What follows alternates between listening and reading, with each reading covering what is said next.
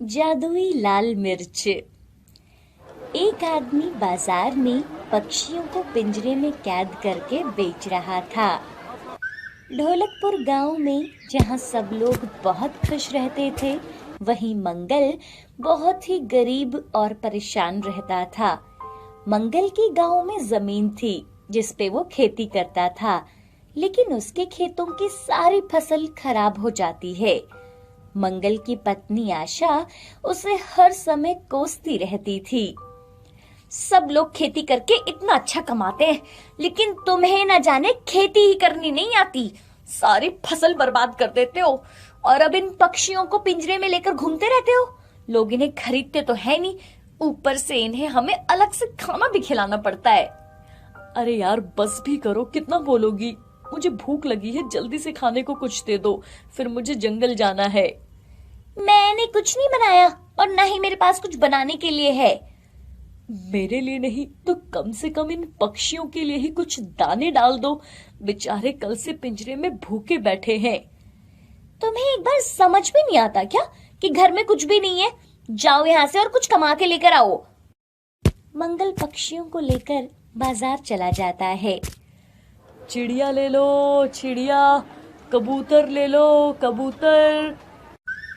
ऐसे ही सुबह से शाम हो जाती है, लेकिन मंगल का एक भी पक्षी नहीं बिकता। हे भगवान, आज फिर से कोई पक्षी नहीं बिका और 2 दिन से मैंने इन्हें कुछ खिलाया भी नहीं है। अगर आज इनको घर ले जाऊंगा तो आशा तो मेरी जान ही निकाल देगी। ऐसा करता हूँ, इनको आज जंगल में ही छोड़ देता हूँ। मंगल जंगल के अंदर बहुत अंदर चला जाता है और वो वहां पिंजरा खोलकर उन पक्षियों को आजाद कर देता है। लगता है मैं बहुत आगे आ गया हूँ। अब इसी रास्ते से आगे निकल जाता हूँ, नहीं तो जंगल में ही अंधेरा हो जाएगा। आगे उसे एक पेड़ के नीचे कुछ चमकने वाली चीज दिखाई देती है। अरे ये क्या चमक रहा है? मंगल उन्हें उठाता है। जो वो चमकने वाली चीज देखता है तो वो सोने की थी। मंगल बहुत खुश हो जाता है। ये सब तो सोने के हैं। देखा देखा, भगवान सबकी मदद करता है। मंगल उन छोटे छोटे गोले आकार के सोने को उठाता है और उन्हें बेचने के लिए बाजार चला जाता है। मंगल को उस सोने के बदले अच्छे पैसे मिलते हैं और वो घर का सारा राशन लेकर घर आ जाता है। अरे वाह जी, आज तो बहुत सारा राशन लेकर आए हो। लगता है आज आपके सारे पक्षी बिक गए होंगे। फिर मंगल सारी बात अपनी पत्नी को बताता है। क्या? सोने की चीज, वो भी जंगल में? फिर तो वहां और भी बहुत सारा सोना होगा। आपको ना सारा सोना लाना होगा। देखना, फिर हम इस गांव के सबसे अमीर लोग बन जाएंगे। दोनों आज अच्छा अच्छा खाना खाते हैं और फिर दोनों सो जाते हैं। अगली सुबह, सुनो जी, जल्दी उठो, आपको जंगल में सोना लेने जाना है। क्या सुबह हो गई क्या? हाँ ठीक है, अभी जाता हूँ। मंगल जंगल में जाता है और उसी पेड़ के पास छुपकर बैठ जाता है। कुछ देर के बाद वो देखता है कि वहां एक तोता आता है और वो पेड़ के ऊपर बैठकर वहां मल करता है। जैसे ही उस तोते का मल नीचे गिरता है तो वो मल छोटा सा गोल आकार का सोना बन जाता है। ये सब देखकर मंगल बहुत खुश होता है और सारा सोना उठाकर अपने घर जाता है और अपनी पत्नी को सारी बात बताता है। अरे आप जल्दी जाओ, उस तोते को पकड़कर घर लेकर आओ। फिर देखना, वो सोना ना हमारे घर ही रहेगा। आपको ऐसे रोज रोज जंगल में जाना नहीं पड़ेगा। मंगल पिंजरा लेकर जंगल जाता है और पिंजरे में कुछ दाने डाल देता है और उस पेड़ के पास रख देता है और खुद वहीं झाड़ियों में छिप जाता है।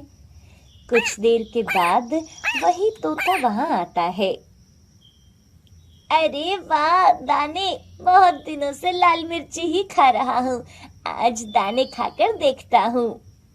और दाना खाने के लिए वो पिंजरे में अंदर चला जाता है और वो तोता पिंजरे में कैद हो जाता है। मंगल वहां आता है और पिंजरा उठाकर अपने घर ले जाता है। सुनो जी, इसे न खाने की कोई कमी नहीं होनी चाहिए, फिर देखना इसके मल से कैसे हमारे घर में सोना ही सोना हो जाएगा। और वो दोनों उसे बहुत सारे दाने डालते हैं। सुबह से शाम हो जाती है और शाम से रात, ऐसे ही 2 दिन बीत जाते हैं। उस तोते ने मल तो किया लेकिन वो सोना नहीं बना। अरे ये क्या हो रहा है जी, ये तोता सोने का मल क्यों नहीं कर रहा? मुझे तो लग रहा है ना आप किसी और तोते को उठाकर ले आए हो, और देखो इसने यहाँ कितनी गंदगी फैला दी है। ये कैसे हो सकता है? ये वही तोता है जो मैंने देखा था। अगर ये यही तोता है तो ये सोना क्यों नहीं दे रहा, एक बात बताओ मुझे। तभी तोता बोलता है, अरे मूर्खों, मैं जंगल में जादुई लाल मिर्च खाता हूँ, इसलिए मेरा मल सोने का होता है और तुम लोग मुझे अनाज के दाने खिला रहे हो। क्या? जादुई लाल मिर्च? आपने पहले क्यों नहीं देखा कि ये तोता क्या खाता है? जाओ वो जादुई लाल मिर्च का पौधा लेकर अभी आओ। मंगल जाता है और पूरे जंगल में लाल मिर्च का पौधा ढूंढता है, लेकिन उसे कहीं भी वो पौधा नहीं मिलता। शाम होते ही मंगल अपने घर आ जाता है। मैंने पूरा जंगल ढूंढ लिया है, मुझे कहीं भी जादुई लाल मिर्च का पौधा नहीं मिला। आशा उस तोते के पिंजरे के पास जाती है। अब ये तोता ही हमें उस जादुई लाल मिर्च के बारे में बताएगा। आशा जैसे ही उस तोते को पिंजरे से निकालती है, वो तोता उसके हाथों से निकल जाता है। तुम दोनों बहुत लालची हो, जो तुम्हें मिल रहा था तुमने उसे भी गवा दिया, अब तुम्हें कुछ नहीं मिलेगा। और वो तोता वहां से उड़कर किसी और जंगल में चला जाता है। अरे ये क्या, ये तोता तो उड़ रहा है, अरे जल्दी पकड़ो उसे। अरे मैं कैसे पकड़ूं, अब तो वो उड़ चुका है। हे भगवान, ये क्या हो गया? घर आई हुई लक्ष्मी वापस चली गई। नहीं नहीं, मैं ऐसे नहीं होने दूंगी। और वो खुद जंगल में जाकर लाल मिर्च का पौधा ढूंढती है, लेकिन कुछ दिन ढूंढने पर भी उसे कुछ नहीं मिलता। तुम्हारी आंखों में इतना लालच है कि तुम मुझे कभी भी नहीं देख पाओगी। कुछ समय के बाद उनकी हालत फिर से पहले जैसी हो जाती है और वो दोनों अपने आप को कोसते हैं। एक गांव में कृष्णा नाम का बहुत ईमानदार और परिश्रमी लड़का अपनी बूढ़ी माँ के साथ रहता था। कृष्णा की माँ अक्सर बीमार रहती थी। कृष्णा सुबह सुबह अपनी कुल्हाड़ी और पानी का लोटा लेकर जंगल में चला जाता और शाम तक जंगल में लकड़ियाँ काटता और फिर उन्हें बेचकर जो पैसे मिलते थे उसी से उसके घर का चूल्हा जलता था। अरे इन लकड़ियों के बस 150 रुपए ही मिलेंगे। सिर्फ 150 रुपए तो बहुत कम है चाचा, मैं पूरे दिन लकड़ी काटता हूँ, तब जाकर इतनी लकड़ियाँ ला पाता हूँ। हाँ, ये बोलो कि मैं तुमसे लकड़ियाँ खरीद रहा हूँ, दूसरे गांव के व्यापारी तो ऐसी लकड़ी लेते भी नहीं है। अशोक कृष्णा का पड़ोसी था जो लकड़ियों का व्यापार करता था। वो कृष्णा के भोलेपन का फायदा उठाता था और उसे लकड़ियों के बहुत ही कम पैसे देता था। एक दिन हर रोज की तरह कृष्णा जंगल में लकड़ियाँ काट रहा था। बहुत गर्मी होने के कारण और लगातार लकड़ी काटते काटते कृष्णा को बहुत प्यास लग जाती है। आज कितनी गर्मी है, इस तपती गर्मी में तो बार बार गला सूख रहा है। कृष्णा अपना लोटा उठाता है। लोटे में पानी भी खत्म हो गया, अब क्या करूं? ऐसा करता हूँ, जंगल के उस पार नदी है, वहाँ से पानी भरकर लाता हूँ। चलते चलते कृष्णा को बहुत समय लग जाता है। ओहो, और कितनी दूर है ये नदी? कुछ समय और चलते चलते आखिरकार कृष्णा उस नदी पर पहुंच जाता है और अपने लोटे में पानी भरता है और वो अपनी प्यास बुझाता है और अपने लोटे में भी कुछ पानी रख लेता है और फिर जंगल की ओर चल पड़ता है। चलते चलते उसकी नजर एक हिरन के बच्चे पर पड़ती है जो एक पेड़ के नीचे अकेला सहमा हुआ बैठा था। अरे, ये हिरन का बच्चा तो बहुत छोटा लगता है अपनी माँ से बिछड़ गया है।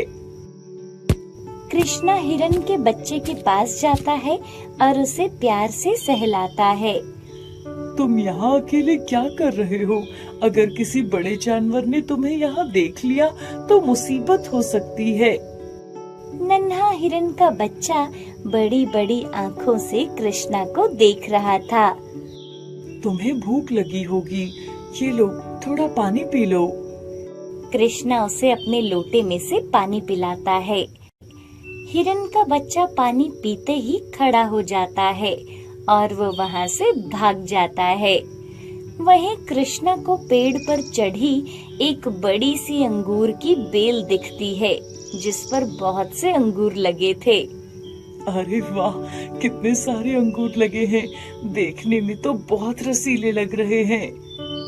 कृष्णा एक अंगूर का गुच्छा तोड़ता है और एक अंगूर खाता है। तभी कृष्णा में एकदम से ताकत आ जाती है। अरे ये क्या, इसे खाते ही मेरी सारी थकान दूर हो गई। ये अंगूर तो बहुत ही ताकतवर है। तभी कृष्णा के हाथ में पकड़े हुए सारे अंगूर सोने के बन जाते हैं। कृष्णा अंगूर को देखता है तो वो सोने के बन गए थे। अरे, ये अंगूर सोने के कैसे बन गए? ये कैसे हुआ? तभी अंगूर के गुच्छे में से आवाज आती है, कृष्णा। कौन है यहाँ? डरो नहीं, मैं एक जादुई अंगूर हूँ और मैं ईमानदार और सच्चे लोगों की मदद करता हूँ और तुम एक सच्चे इंसान हो। तुम मेरे अंगूर से अपनी और जरूरतमंद लोगों की मदद कर सकते हो। लेकिन अगर गलती से भी किसी लालची इंसान ने मुझे खा लिया तो वो उसी क्षण बूढ़ा और कमजोर हो जाएगा। कृष्णा बहुत खुश होता है। वो एक और अंगूर का गुच्छा लेकर अपने घर आ जाता है और सारी बात वो अपनी माँ को बताता है और एक अंगूर उसे खाने को देता है। अंगूर खाते ही उसकी माँ एकदम ठीक हो जाती है। अरे, मैं तो एकदम ठीक हो गई, देखो अब मैं अच्छे से भी चल सकती हूँ। मैंने बोला था ना माँ कि ये एक जादुई अंगूर है। कृष्णा के पास जितने भी अंगूर थे वो सब सोने के बन जाते हैं और कृष्णा उन्हें बेचकर पैसे कमा लेता है और अपने लिए एक बड़ा सा घर और जरूरत की सारी चीजें जमा कर लेता है। अब कृष्णा लकड़ी भी नहीं काटता था, वो पूरा दिन लोगों की मदद और अपनी माँ का ध्यान रखता था। एक दिन, अरे ये कृष्णा के पास इतने पैसे कहाँ से आए? अब तो ये लकड़ी भी नहीं बेचता, फिर भी ये दिनों दिन अमीर होता जा रहा है। जरूर कुछ दाल में काला है, मुझे इस पर नजर रखनी होगी। एक दिन कृष्णा और उसकी माँ उस जादुई अंगूर की बातें कर रहे थे। जादुई अंगूर? तो इस अंगूर की वजह से ये लोग अमीर हो गए हैं, लेकिन ये जादुई अंगूर जंगल में है कहाँ? मुझे इसका पता लगाना ही होगा। अगले दिन सुबह होते ही अशोक एक थैला लेकर जंगल में चला जाता है। सुबह से दोपहर हो जाती है। जाते जाते उसे वही हिरन का बच्चा मिलता है। अरे वाह, हिरन का बच्चा, आज तो इसे ही बनाकर खाऊंगा। ऐसा करता हूँ, इसे भी अपने साथ ले चलता हूँ। और अशोक हिरन के बच्चे को उठाकर आगे बढ़ने लगता है। अरे ये अंगूर की बेल कहाँ है? इसे उठाकर चलते चलते तो मैं थक गया हूँ। अशोक हिरन के बच्चे को नीचे फेंक देता है और उसकी एक टांग पकड़कर उसे घसीटता हुआ जंगल में आगे बढ़ने लगता है। हिरन के बच्चे को बहुत चोट भी आ जाती है। तभी अशोक के सामने अंगूर के गुच्छों से भरी अंगूर की बेल दिखती है। अरे वाह, ये रही वो जादुई अंगूर की बेल। कितनी देर से इसे ढूंढ रहा था। अशोक अंगूर के गुच्छे तोड़ना शुरू करता है।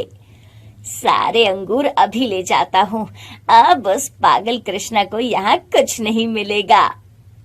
अशोक सारे अंगूर तोड़ लेता है और उसे एक थैले में भरना शुरू करता है। अरे, मैं तो बहुत थक गया हूँ, कुछ अंगूर यहीं खा लेता हूँ। अशोक जैसे ही एक अंगूर अपने मुंह में डालता है तो वो एकदम से बूढ़ा हो जाता है और उसके शरीर में बहुत ही कमजोरी आ जाती है। अरे, मुझे ये क्या हो गया? मैं इतना कमजोर कैसे हो गया? ये अंगूर कैसे अंगूर थे? हे भगवान, अब मैं क्या करूं? अशोक सारे अंगूर और हिरन का बच्चा वहीं छोड़कर वहां से धीरे धीरे चलकर अपने घर वापस आ जाता है। लालची लोग मुझे कभी हासिल नहीं कर सकते। और सारे अंगूर फिर से उसी बेल पर लग जाते हैं। इधर कृष्णा उन पैसों से गांव में अस्पताल और स्कूल खुलवाता है और गरीब लोगों को खाना खिलाता है। सब लोग कृष्णा की अच्छाई की तारीफ करते थे।